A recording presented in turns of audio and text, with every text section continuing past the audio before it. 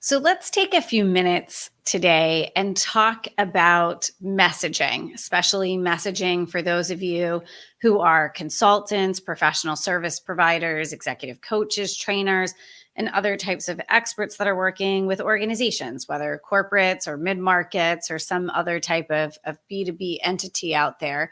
When it comes to your messaging, there's not, of course, just one message. The big, I think, mistake that folks make when they start looking at their messaging in their business is this idea that they just have to get their message down as though there's one message. And I guess I'm lucky in that my corporate career for 15 years, both inside the Fortune 500 as well as in my first boutique services firm that I started, really revolved so much around strategic communications in all different parts of the organization and with all different types of stakeholder groups. But at the end of the day, so much of what I was doing and leading was around strategic communications. And so in a way, I had an advantage in understanding that there is no one message. There's not even just one message when you're a major corporation. Sure, you might have a fancy tagline, right? McDonald's, I'm loving it, Volkswagen, drivers wanted.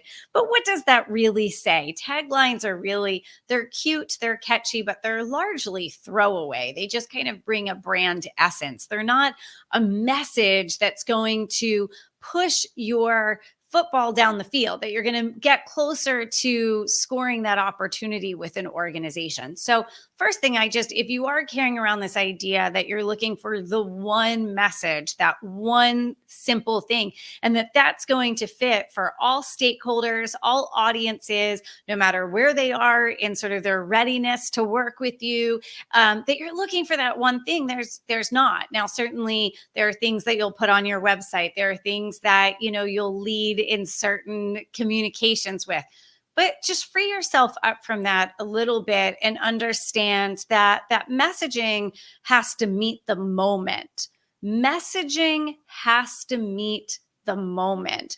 And then if we kind of play that forward a little bit more, if we kind of take that idea forward further, then we start to think about, okay, what does our messaging have to do? And one of the other big sort of pitfalls that folks fall into is they really look inward for their messaging. They really are like, but how do I explain what I do? And how do I make what I do sound different than what other people do?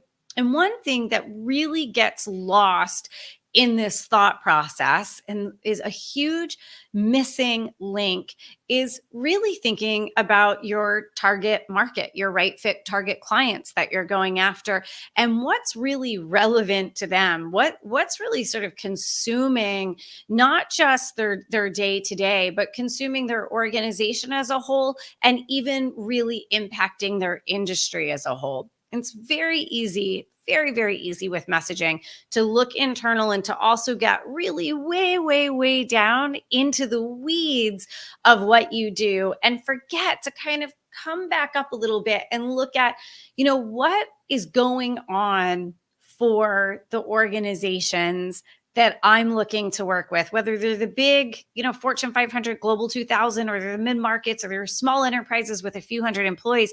What's really going on for these organizations? And not just from the perspective of the thing that I do, but even a little bit more macro than what you do, because you don't want to be so micro in your messaging that you're really not in touch with what's going on for organizations. And so oftentimes the missing link is not understanding the different industries that are out in the marketplace and understanding some of those business models that are out there and what's happening inside these organizations that they're dealing with at a pretty frequent level, so that you can tie your messaging into the reality that your target clients are really facing day in and day out. And the great news is you don't have to be an engineer. You don't have to be, a scientist. You don't have to be a CFO or a data researcher to be able to figure this out. So much of it is literally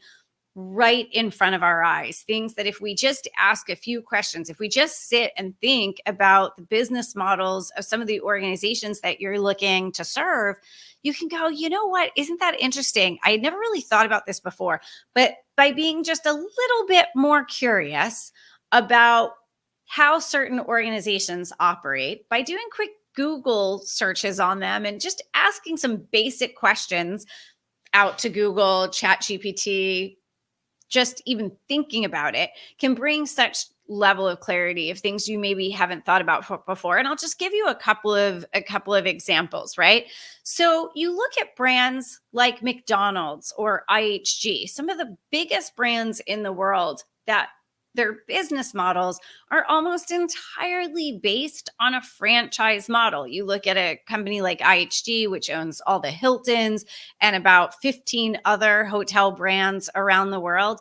They have over 6,000 hotels on this planet, but about 5,000 of those hotels are franchise hotels. So, what would be a challenge of that if you're IHG? Well, if you're IHG, you have obviously a brand, you have growth goals, and a lot of the employees that work for your brand, they're not even your own employees. They're the employees of the franchisees. Same thing with McDonald's, right? So you end up with businesses out there where they have a brand, they want to have consistency in the experience that customers have with them, but they are in a situation where they can't really affect directly all the employees that work in that organization. There's a bit of a barrier there. You also have in businesses like McDonald's and IHG, the services industry, the revolving door, right? You have a revolving door in that space, just constant turnover. It doesn't matter what you do about company culture, it doesn't matter what you do about retention, engagement, and all of that. It doesn't matter. The services industry, that's the pipeline to other job opportunities, and people come into those jobs and they don't plan to spend their whole life there by and large. So you've got industries out there that are based on franchise models or in the services industry, and they've got very real challenges that are pervasive and persistent in their organizations. And it's good to think about those things, because if you're targeting those kinds of companies, whether they're big or small, tying what you do to the reality of like that industry or those two industries makes a huge difference in your messaging. If you think about, let's go in a completely different direction. Let's think about brands like CVS, Walgreens, Rite Aid, Publix, Kroger, all of these companies that are either in sort of the grocery space or they're in the sort of, the pharmacy space, if you will, but they all actually have true pharmacies inside of, Walgreens, CVS, Rite Aid, Kroger, Giant Foods. Aldi doesn't, but most of the grocers have the pharmacies inside their grocery store. One of the reasons they do that, right? One of the reasons that a Walgreens and a Rite Aid and a CVS, they have those pharmacies in there, is because if someone gets a prescription filled inside that store, then that person is going to go back and frequent that retail location more often. There's a sticky factor, right? There's like a customer retention factor, because if you have a prescription that you're getting filled every single month, then that's a big part of it. Here's what's really interesting. Nobody in, like, consultants, trainers, coaches, experts, they never think about this, but there's some really just obvious data out in the marketplace that pharmacy schools have seen their enrollments plummet. They have seen their enrollments plummet. And that's just one example of one industry that is not having enough enrollments. We know nursing schools are another example of this, right? So hospitals face this as well. Here's the thing. If you are any of those grocers, you are any of those pharmacy brands, you have a real problem, because you're not going to have enough pharmacists to be able to fill your pharmacies and fill those prescriptions. And so they're already starting to see their salaries get higher. The attraction of pharmacists is getting out of control. Why does that matter? If you're a coach, if you're a trainer, if you're a consultant, why does that matter? Well, it matters a great deal, because if you can say to decision makers, look, we know there are some headwinds that are coming in your industry. You have this issue, and this issue. People are buying their groceries on Amazon. They are, you're going to have a shortage of pharmacists in the future. And we know X, Y, and Z is happening in the industry.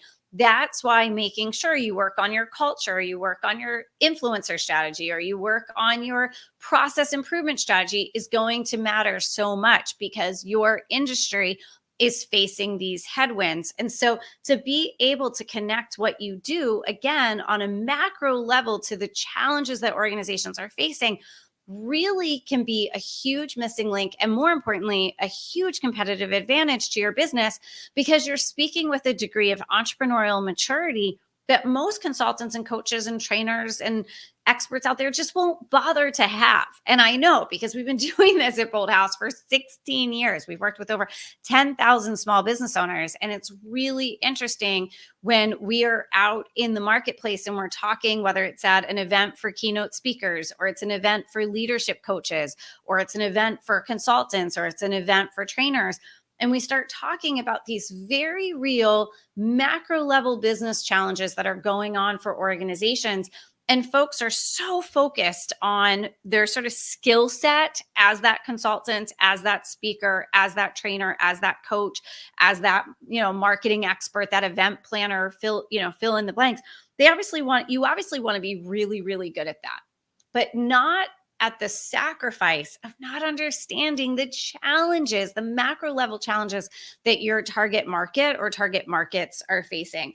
And I'll just give one last example. You look at companies like FedEx and UPS and DHL and others that have, and actually in the pharmaceutical industry, brands like Pfizer and Abbott and others are like this, where you have a tremendous amount of your workforce that are really never in an office. You see this with first responders, you see this with TSA agents, you see this with so many fields and industries where so much of their workforce is dispersed and not sitting in an office, whether a home office or an office behind a computer all day. You've got folks who are in the field. You see this in the energy industry with the folks who work at the power plants and the nuclear power plants, the folks that work on the manufacturing floor, and the folks who work in the trucks that are delivering our goods all over the country and all over the world.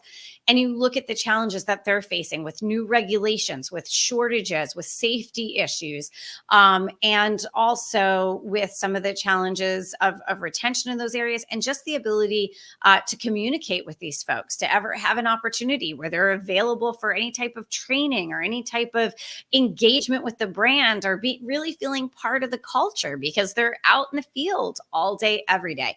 So it's really important, as you're thinking about your messaging for your coaching, your consulting, your services business, that first and foremost, you don't get hung up on the idea that you're going to ever have just one message. Your message has to meet the moment.